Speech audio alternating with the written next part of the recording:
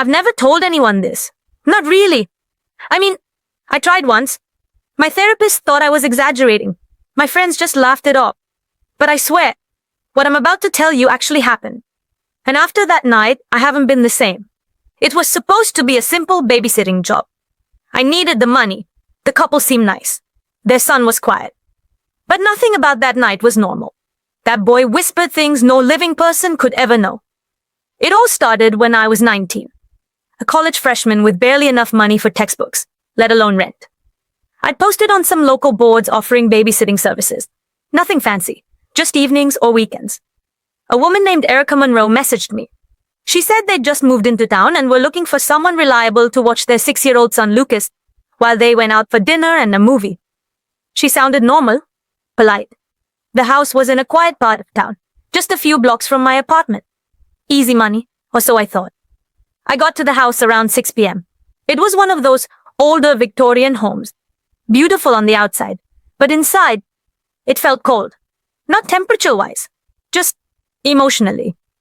Like no one had really lived there for a long time. Erica and her husband Mark greeted me at the door. She looked tired, like she hadn't slept well in weeks. He was polite, but distant. Then I met Lucas. He was already sitting on the living room rug stacking blocks. He didn't look up when I said hi. He just said in this monotone voice, "You look different from the last one." I laughed awkwardly and asked, "The last what?" He didn't answer. Erica gave me the usual instructions. Bedtime at 8:30, no sugar after 7, emergency numbers on the fridge. Then they left. And it was just me and Lucas. I sat with him for a while. Tried asking him about school, cartoons, video games, nothing.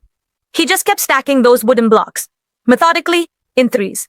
Red, blue, green. Red, blue, green. Over and over. Then he looked up at me and said, "My real mom died in this room." My stomach dropped. I didn't even know what to say.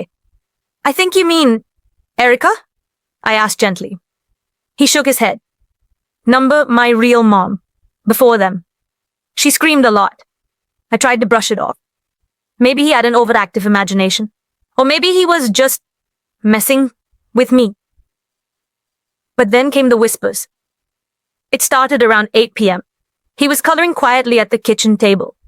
I was scrolling through my phone when I heard him whispering under his breath.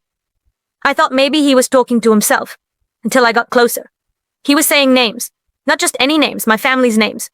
He said, "Your dad used to work late so he wouldn't have to see you cry. Your mom still keeps your baby teeth in a red box." I froze. There is no way he could have known that. I asked him how he knew those things. He smiled and said, "The man in the closet told me. Every horror story has a closet, right? Lucas's room was upstairs. I had to carry him up there after he pretended to fall asleep on the couch. His room was small, simple. Bed, bookshelf, toy chest, and a closet. He didn't want me to close the door. Said the man in the closet didn't like it when it got too dark. I told him there was no man in the closet.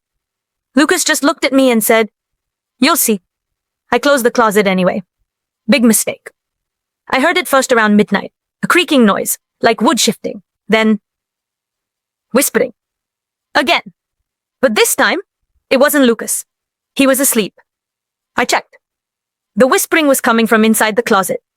I held my breath and opened the door. Nothing. Just toys, clothes, dust.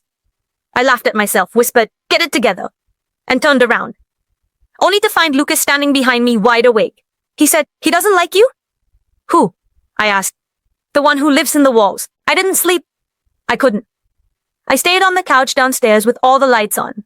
Every few minutes, I thought I heard scratching sounds, like fingernails across plaster. At 2:17 a.m., Lucas came down and said, "He wants you to see something." I asked who. He pointed to the wall behind the TV. "There," he said. "That's where she bled." I moved the TV aside. The wallpaper was old, faded. But there, just beneath the surface, was a large brown stain. Not paint. Not water damage. Something darker. I didn't know what to do. I wanted to call the police, or Erica. But what would I even say? Your son is being haunted? So instead, I Googled the address. What I found made my blood run cold. 8 years ago, the house belonged to a woman named Catherine Gray. She lived alone with her son. She died in that house, stabbed, by her boyfriend. Her son, Lucas, was found hiding in the closet.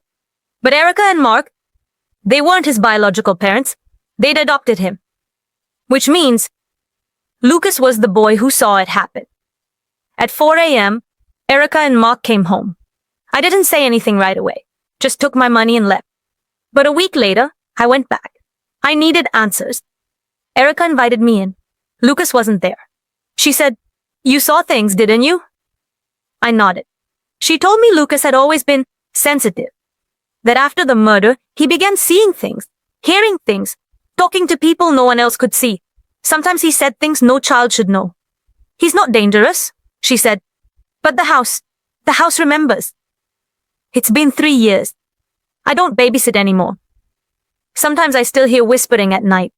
Soft voices like someone calling my name. I moved apartments. I saged the place. I sleep with salt by the windows. But sometimes I still dream about him. Lucas, standing in the dark, saying, "You were supposed to help her." And sometimes I think he was right.